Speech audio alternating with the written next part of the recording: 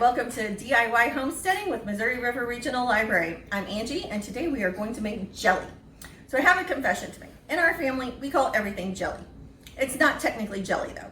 Jelly, there's three different things. So jelly is when you've cooked down your fruit and you've strained out the pulp. So you only use the juice of the fruit. Jam is where you've cooked your fruit and you've mushed it or crushed it all up and you use all the pulp and everything. And then there's preserves, where you chunk up your fruit, like cut it up and then use that. So you've cooked it as well.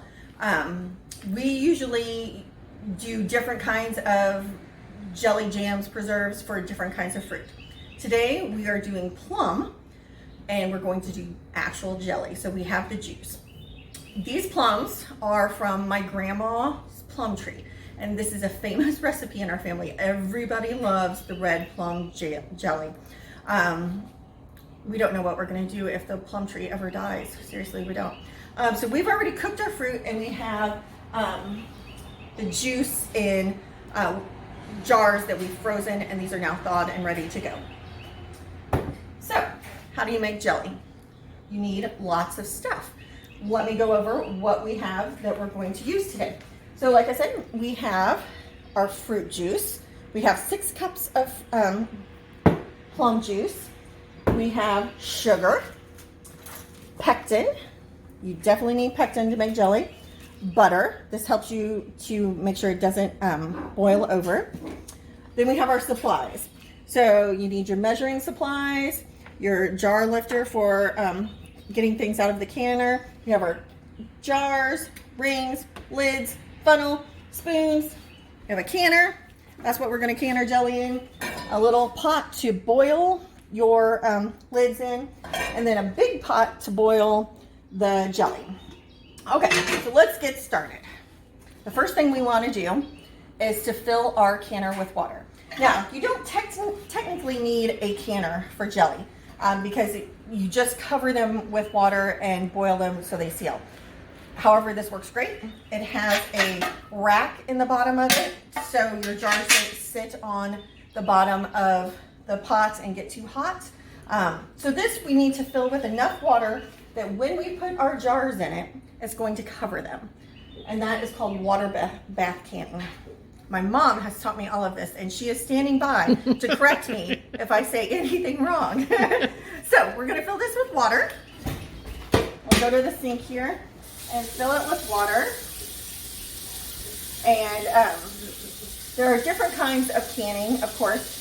Water bath canning just basically means you covered it with water and boiled it so that the jars seal. And that's what we want to do with jelly. We're not getting into the other kinds of canning. Now, I have a second confession to make while we're filling this with water. I am a jelly snob. We have only had homemade jelly in my family for as long as I can remember.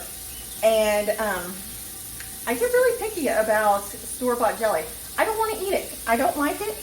I don't want to eat it, and I kind of refuse to. So we make all kinds of jelly. I'm going to have my mom look at this. Does this look like enough water, Mom? Yep. Yep. Good deal. Okay, so we're going to put that on to boil. Oops. It helps if you like the right burner. Okay. So we're going to put that on to boil. And then while we're waiting for that to boil, we're going to boil our lids because you want to sterilize the lids. Our jars are already washed and sterile, so they're good to go. But we do need to boil the lids and make them sterile as well. So you don't need a lot of water to do that, just enough to cover the lids. So there you go. And we're going to put those back in the back so they are boiling while we're waiting. So we'll get those two hot. And put your lids in. And put my lids in. Yes, Mom. Thank you.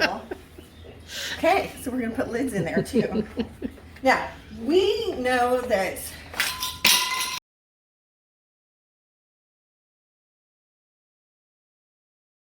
to make our jelly. The first thing we want to do is consult a recipe. Our recipe calls for 5.5 cups of juice, 6.5 cups of sugar, a box of Sure Gel or fruit pectin, and a little bit of butter. So we're going to measure out our juice. So we have our 5.5 cups here. Or no, we don't. this is not a 5.5 cup measuring thing. This is a 2 cup measuring thing. So we're gonna top that off. And there's our 2 cups. Here's our 4 cups.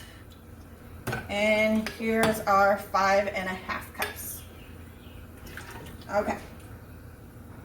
And then we went to Shirts in Centertown over the weekend, and we are using a bag of pectin jelly, or pectin mix. And it says right on here that 6 tablespoons equals 1 box of pectin. So if you use Sure Gel, you just use the whole box. But if you buy it in bulk like this, then you will want to measure it out. And we are going to measure out 6 tablespoons here. Okay, I have my handy little tablespoon thing. Measuring cup, that's what it is. That's 1, 2, 3, 4, 5, and 6. Okay, then I'm going to take my big spoon and stir that up. And then I'm going to add a little bit of butter to this. It may seem weird to add butter to jelly, unless you're putting it on toast, and then that's not weird at all. But the butter helps it from getting ultra foamy when you're boiling it.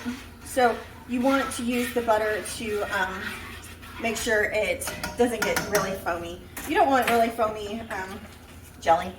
You just don't. Okay, so you don't need very much butter. You just need a little bit of butter.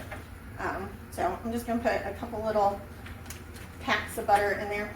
And if it starts foaming up, you can always add more butter. But it's better to start with less and add more. What we want this to do is to come to a rolling boil. So that means it's just boiling, boiling, boiling. Even when you stir it, it's still boiling. And it's not stopping boiling while you're stirring. So it wants to be in a rolling boil before we add our sugar. All right, we are at a rolling boil. See that? It's just bubble, bubble, bubble, bubble. So it is now time to add our sugar. We are putting in 6.5 cups of sugar. It's a lot of sugar for jelly. We've pre-measured, so we have a whole bowl full of sugar. This is cup 6. Just gonna pour this in here and then stir, stir, stir. Because you want to incorporate all the sugar into your jelly juice here. And your sugar will melt down. It's pretty thick right now because we just dumped 6.5 cups of sugar in there. And then what we want to do is get this to a boil as well. It needs to boil so that your jelly will set when we put it in the jars. And we're gonna stir this. The sugar is pretty much incorporated at this point. We're gonna stir it, and once it comes to a boil, we want to stir constantly. You don't want to stop stirring until for a minute, I believe it is. You stir for a minute once it's boiled. So sugar is in. While we're waiting for that to come back to a boil, I'll let you know that our lids have boiled and are now sterilized. So we have turned off the heat on that. I'm actually going to move them off the stove so that they are ready for us to use when we put this in the jars. It would be really awkward for me to dip from here and try to reach a lid back there. So we're not going to do that. Our juice is looking lovely. It's a beautiful pink color. Let me tell you about these plums. So my grandma's plum tree is probably 50 years old easily. And it produces plums about this big. They're these little red plums that are delicious to eat. But she started making jelly out of them before I was born, probably back when my mom was a little kid, and has been making this red plum jelly for 50 years. And everybody in our family loves it. It's our favorite jelly. My grandma probably goes through, I don't know, several dozen jars of it a year. She eats a lot of jelly though. And other members of our extended family have gotten the recipe. They come and pick up plums. My grandma has plums in her freezer. So she'll freeze the actual plums. She'll make juice and freeze those. My mom has recently taken this over because my grandma turned 90. And so it's time for the next generation to start doing the plum jelly. Yeah, I won't tell you how old my mom is. She would probably kick me if I did. So she might not film this anymore. So mom has taken over the plum jelly guard and has started doing it. We will say that mom does not strain her plums like grandma strains her plums. So it's slightly different, still tastes delicious, but she has a little bit to learn about making plum jelly. And that's why I'm learning how to make plum jelly too. So, okay, we are at a roiling boil now. See how even when I'm stirring it, it's still boiling. And you can see the foam in there. There is a little bit of foam, even though we did put the butter in, but that's okay. Without the butter, it would have been a lot more foam. So when it gets to this stage, you want to keep stirring because you don't want to scorch your jelly. That would be gross. And you want it to really incorporate and get set up. It is supposed to do this for 1 minute. Or if you were my grandma, you don't need timers. Timers are for sissies. You would just wait until it does this 2-drop method. We are definitely not at a 2-drop method. That just means that 2 drops come together to form 1 drop, and it drips really slowly from your spoon. So it depends on if you have learned this from your grandmother or if you are following a recipe. I'm doing a little bit of both. And let me tell you, it gets hot. Making jelly is not for the faint of heart. You are stirring over a boiling vat here, and my hand was getting a little hot, so I switched hands. But you're at a minute of boiling. Let's see what it does when we drip. So that's it. Yep, that's it. Do you see how? Here, we'll show you again. See how the 2 drops come together and form 1 there? There they go. So that means you are ready to put this in jars. And this is when you have to act fast. Okay, so this is also the messiest part. Don't be afraid to get messy. You can turn the burner off. Yes, we are going to turn the burner off since we've boiled. Give it a final stir. Switch spoons to our ladle. Got my trusty funnel. I'm also doing this over a pie plate so we don't drip all over the counter. Now, if you don't mind making a mess, feel free to drip all over the counter. So, and then we're just going to ladle in to our jar. And you want it to fill the jar, but not overfill the jar. So, about to the edge of your jar. And this is going to be hot, so it's going to be hard to show you. But if you see there, it's about to where the rings start. And that's a pretty good spot for jelly. Okay, so then... Okay. Do the next one real quick. And we're going to hope that we counted correctly and there really are 8 jars worth. So it's about a ladle and a half for these little jelly jars. Now, you can do jelly in basically any kind of jar you want. It's really up to you. We are doing standard half pints, which are cups because there's 2 cups in a pint. There are smaller ones, so you can do little bitty jars. We've canned jelly in pint jars before. If you were my grandma, you never used traditional canning jars. You used any kind of glass jar with a lid, and then she doesn't water bath can her jelly. She is old school. Like I said, she's 90 years old. She's old school, and she will melt paraffin wax and put a layer of paraffin wax on top of her jelly, which is fine.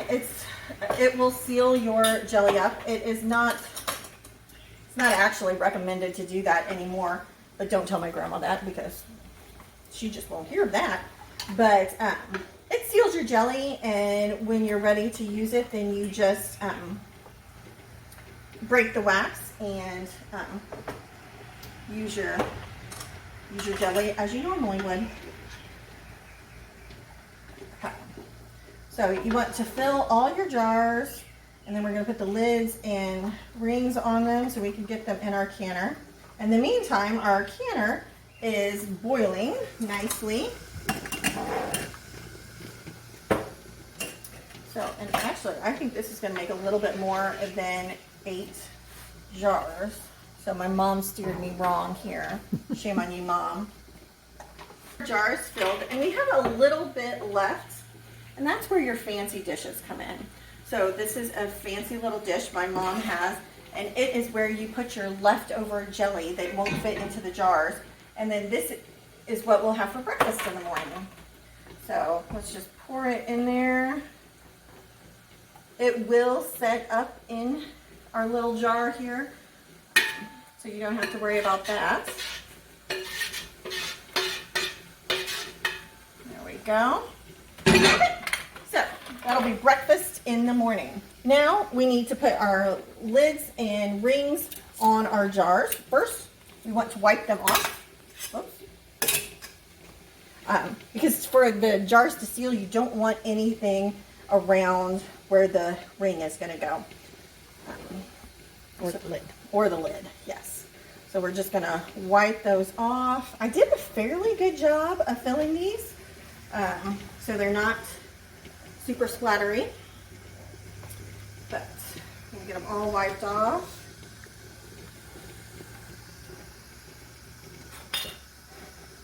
And then we'll put our lids on them. Okay. There's a couple that had a little splatter, so you definitely want to make sure you get those wiped off. Okay. Now, remember, we boiled the lids, so they're going to be a little hot. So don't touch them with your fingers. Like, don't reach into the water and pull them out, because you might scald yourself, and that would be terrible. Use some tongs. Stick them on there.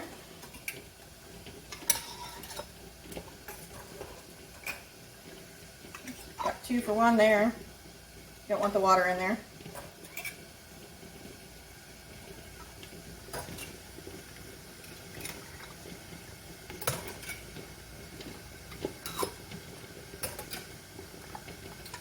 Okay, and it's a good thing we put 2 extra ones in our water to sterilize, because we needed them. We actually have 10 jars of jelly, and then we're going to put our lids on here.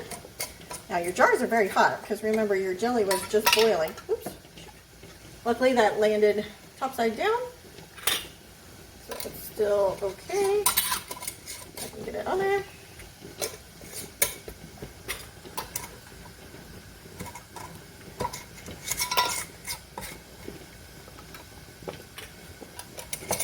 And so when you're making jelly, really all you need is fruit. You can make jelly with any kind of fruit you want, or anything you have. So if you have an excess of, you know, strawberries this time of year, or blackberries, or pears, or, you know, plums, or what have you. I need 2 more rings. You can make jelly with anything. You can make jelly with herbs, jalapenos. It just depends on what kind of jelly you're looking for.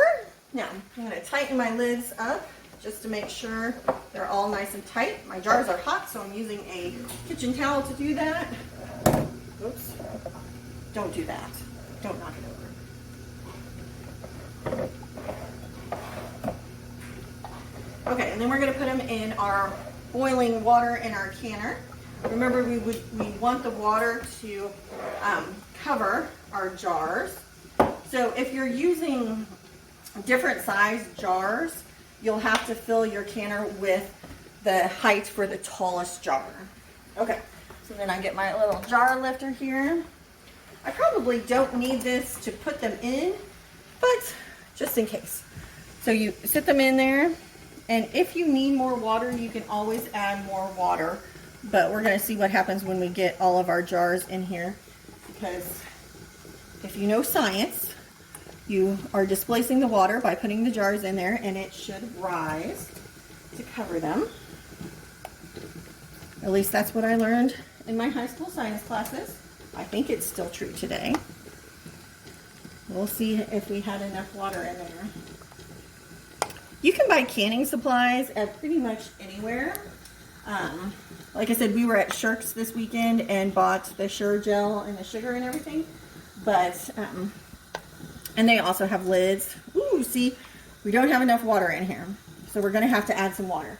Now, my mom would tell you, usually you would have a kettle of water on your stove that's already hot and boiling to pour in there. We didn't do that. Whoopsies. We were hoping there was enough water. There's not. So You could use what's in your pot. So I can use what's in my pot from my lids. So I'll pour that in there and see where we get.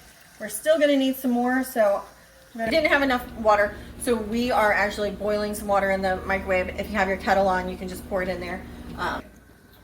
Okay, so we finally covered our jars with water. And you can see they're under the water now. We're getting back to a boil. And we want this to boil for 5 minutes. That will seal the jars. So we're going to put the lid on our canner here to help it boil. You don't want to seal the canner because we are not pressure cooking this. We are just sealing it. So we're just going to put this on here to get it to a boil a little faster. And then we're going to set our timer for 5 minutes. And hopefully at the end of those 5 minutes, we'll have set jelly. It's gone off. We have boiled for 5 minutes. So I'm going to turn this off. I'm going to be very careful pulling this off so I don't burn myself with the steam. So let your steam out. Set that aside. So now we're going to take our jars and set them out on the countertop. There are a couple things you need to remember about canning. You want your jars to seal, and you want them to seal naturally. And the easiest way to do that is to let them sit. Don't try to pop them down. Don't move them a lot. So what, oh, did you hear that? I don't know if you caught that, but that was a jar sealing. Oh, I just heard another one. So you'll hear this little pop when your jars seal, and it means that the, it's kind of like suction. So the suction of the jar has pulled the lid down tight and sealed it so the air and moisture won't get in. I just heard another one pop. So we want them all to seal, but we don't want to pressure them into sealing. No peer pressure with canning, just canning pressure. Oops. So we're gonna let these sit here for a good 24 hours. And that will allow the jars to seal and the jelly to set and cool because it's very hot right now. So you can, oh, hopefully you caught that. That one just popped. And you can see there's little indents in the lid. I don't know if that shows up on the camera, but the little indents mean that it has sealed. So most of these have already sealed. We just have a couple. If you can tell, that one is still popped up. So it hasn't sealed yet, and neither has this one. But they should. They should seal, and we'll be ready to eat tomorrow. Okay? Now, remember, I said you can make jelly with any kind of fruit. Anything you find that you want to make jelly, just find a recipe somewhere. Suregel.com has recipes. Pinterest, of course, has recipes. Your cookbooks will probably have recipes.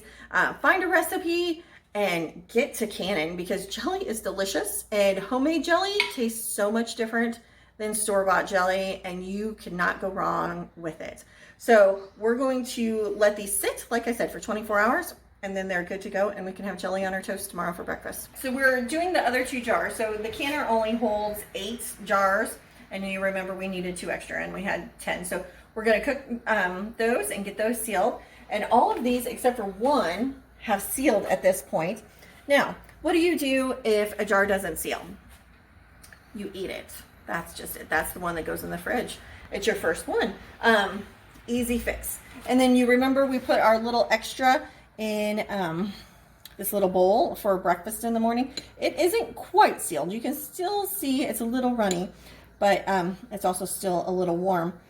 Let's see what it tastes like, shall we? That is so good. Plum jelly. I love it. There's a reason we've been eating this in my family for 50 years. Yep. Even if it isn't quite like Grandma made, it's still delicious. I hope you've enjoyed DIY homesteading online, as we've made jelly. Like I said, go out and try it yourself. Make some jelly. It's easy. Just a little time on a Sunday afternoon.